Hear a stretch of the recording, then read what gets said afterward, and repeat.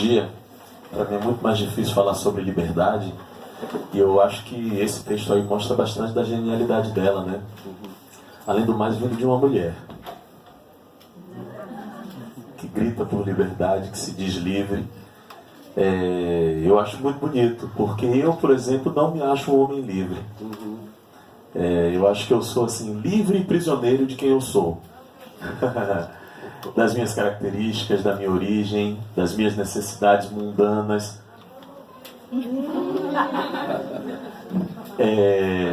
E o conceito de liberdade, para mim, hoje em dia, tem mais a ver com a busca. Libertar o pensamento para a gente não alimentar preconceitos. Libertar o nosso corpo para a gente ter mais saúde, não ir criando pequenas dores, pequenos incômodos.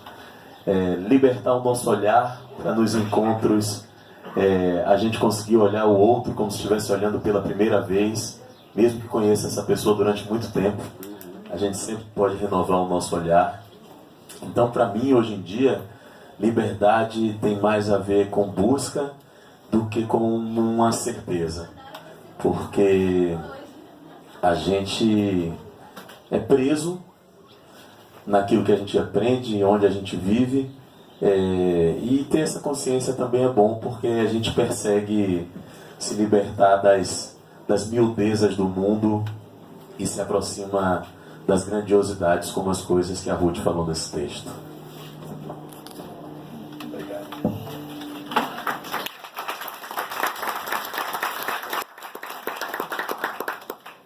Não parece, mas a gente já gastou 1 hora conversando aqui, né? Nossa. Vamos, Severino, passar para você para um pronunciamento final, por favor.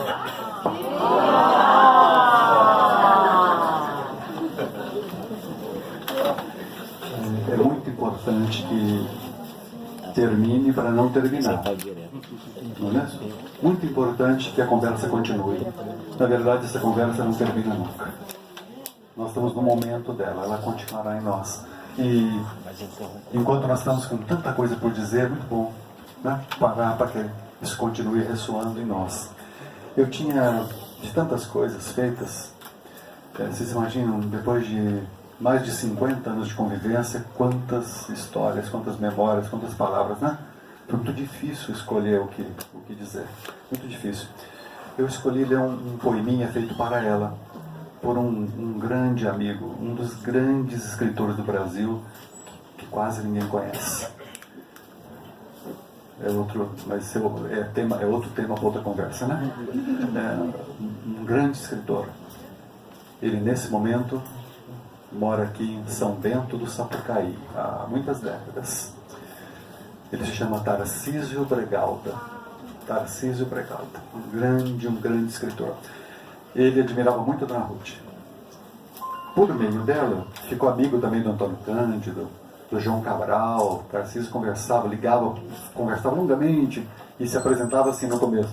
Eu fui amigo, fui lá na casa da professora Ruth e ela me deu seu telefone e eles todos aceitaram. Ele conversou anos com o Antônio Cândido e com o João Cabral, porque ele foi na casa da Dona Ruth e a Dona Ruth deu o telefone, né?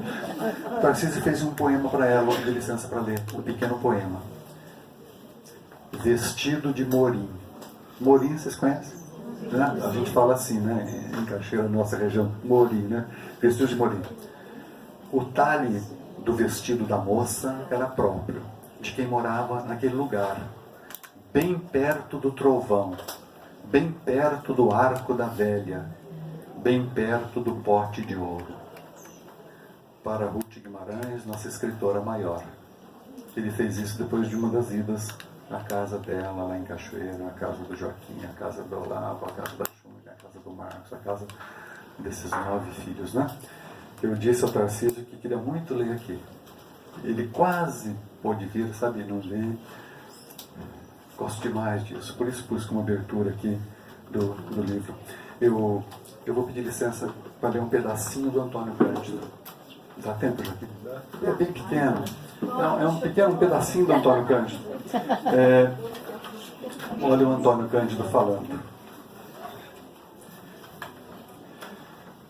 Com a morte de Ruth Guimarães, a vida cultural do Brasil perde uma das suas grandes damas, que ela era de fato no sentido pleno da palavra. A capacidade intelectual e a fidelidade à sua vocação, ela juntava uma distinção rara, realçada pela serena reserva. Aquele silêncio, né? O silêncio de que o João falava, né? Nem sempre os escritores são pessoas tão relevantes quanto seus textos. De Ruth Guimarães, podemos dizer que ela era tão relevante como pessoa como seus textos. A sua integridade, a sua distinção pessoal, o corte sóbrio de sua conduta na República das Letras faziam dela uma personalidade respeitada e encantadora. Antônio Cândido. E, de um modo muito simples, queria pedir licença para ler para vocês como é que eu me despedi aqui do textinho, sabendo que a conversa continua, que a conversa não termina nunca, que a conversa é só um momento da nossa vida, né? Foi muito difícil terminar esse texto, né? Como é que eu terminaria esse texto pensando em coisas que não têm fim, não é mesmo? E aí eu escrevi assim para ela.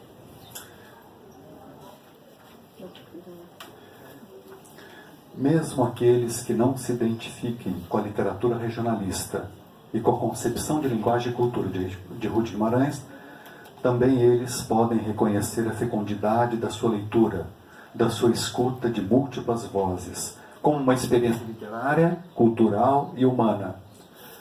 A jovem negra que cria os irmãos, a mãe de 9 filhos, a contadora de histórias, em romances, contos, crônicas que trazem as vozes de homens e mulheres raramente escutados, a tradutora dos clássicos do latim e do francês, a pesquisadora de folclore e cultura popular, a professora de português e de literatura, a animadora cultural, a discípula de Mário de Andrade, parenta de Guimarães Rosa, amiga de Antônio Cândido. Uma voz de muitas vozes, uma vida de muitas vidas. Para quem se poderia dizer o que o Manuel Bandeira falou para o Mário de Andrade? A sua vida continua na vida que você viveu. É isso. A vida continua na vida que você viveu.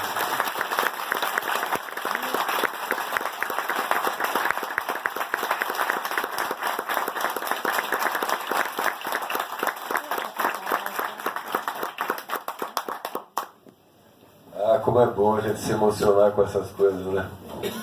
Obrigado, Severino. Lázaro, por favor. Eu pensei no livro que você acaba de lançar, Na Minha Pele, que tem a ver, essa contração tem a ver com conteúdo, tem a ver com inclusão, tem a ver com o que virá ainda a ocorrer. E eu penso que você, de uma certa maneira, numa nova geração, com as atividades que você desempenha, você representa, de certa forma, a extensão, a continuidade de uma, eu não vou dizer luta, mas de uma trilha que a Ruth iniciou há um tempo, por meio das palavras, por meio da música também, que estava registrada na musicalidade da sua literatura, como ela apreciava em Guimarães. Eu queria que você pensasse um pouco sobre o que vem agora, já que a gente tem uma sequência em que quem virá depois me melhora. É assim que me parece. Essa é a nossa torcida, né? A gente torce para isso. Só que eu vou abrir mão de comentar sobre isso, porque eu acho que como hoje, e eu tenho falado bastante aqui na Flip, hoje é um dia de homenagem a Ruth, acho que as últimas palavras que tem que ficar aqui devem ser delas. Queria saber se não tem nenhum texto aí que faltou ler, já que eu sou ator também. Então eu queria ler um texto dela, porque eu acho que a palavra final tem que ser dela.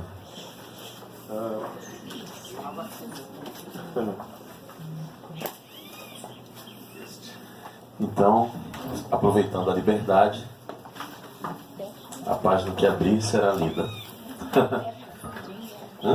Peraí. Não deu para ser tão livre assim não, estava um texto muito bonito. Meio de texto.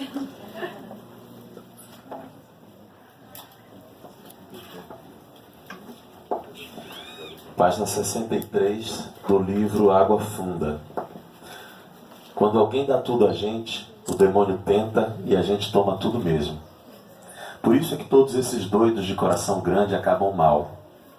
Sinhá não pediu garantia, não quis separação de bens, entregou-os com toda confiança, não guardou nada, não pensou em dias maus que podiam vir, ofereceu o que tinha, corpo, alma, dinheiro, tudo. Esbanjou, atirou fora, foi mão aberta. Toma, é tudo seu. É seu esse tesouro que estava guardado e ninguém soube descobrir. E foi essa largueza, esse abandono, essa confiança que levaram Sinhá à perdição. Boba? Não era. A prova é que dirigiu como ninguém essa fazenda. Mais de 10 anos. Louca por causa de homem? Ficou viúva com menos de 30 anos, bonita e rica. Não se casou antes porque não quis. É verdade que naquele tempo não estava sozinha. Tinha filha, tinha os pais, tinha um pouco de amizade desta gente aqui que depois foi toda contra ela. Para mim foi medo de continuar sozinha. Foi amor pelo homem que se achegou com carinho quando todos se arredaram. Foi o destino. Ou não foi nada disso, sei lá. Só quem é feio e tem fome de amor, ou só mulher que foi bonita e se acabou antes do tempo, pode entender esse engano. Vendeu tudo, aprontou as malas e foi embora. Não tinha nada que aprendesse, que a impedisse de ir. E que tivesse. Sinhá era mulher para passar por cima do que se atravessasse no seu caminho.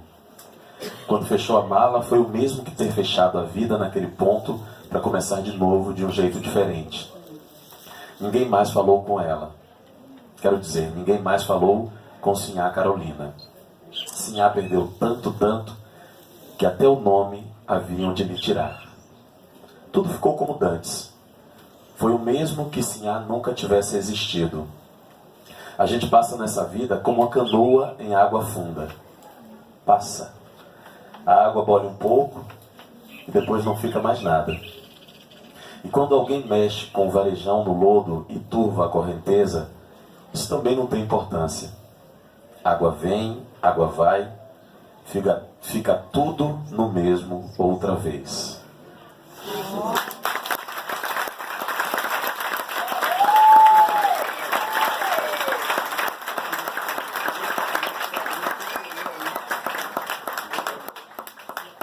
Olha, eu preciso lembrar que eu tinha mostrado o texto da contracapa, que é o finalzinho que ele acabou lendo. Ele, aleatoriamente, olha o que é, abriu no capítulo que termina com esse texto. Que coisa fantástica, né? Essa é a mensagem dela. Ela mandou ele falar. Gente, muito obrigado pela presença. Lázaro Ramos, obrigado pela gentileza de estar aqui com a gente. Professor Severino, nosso amigo. Só queria lembrar que tem uma exposição sobre a vida e obra de Ruth, com as obras que ela escreveu. E lá atrás, uma casinha, a gente montou meio que o escritorinho dela, onde ela escrevia, é uma simulação, evidentemente. E temos alguns livros dela para quem quiser consultar. Obrigado a todos, obrigado por terem vindo.